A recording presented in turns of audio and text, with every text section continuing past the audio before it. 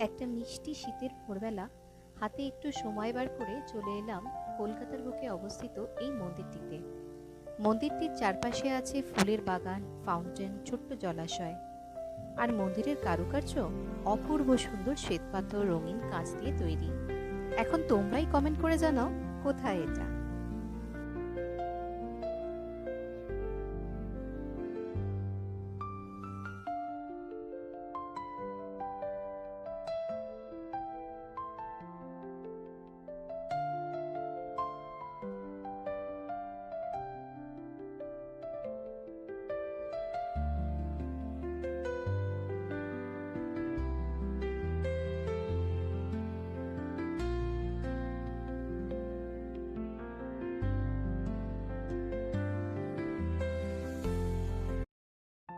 একটা মিষ্টি শীতের ভোরবেলা হাতে একটু সময় বার করে চলে এলাম কলকাতার বুকে অবস্থিত এই মন্দিরটিতে।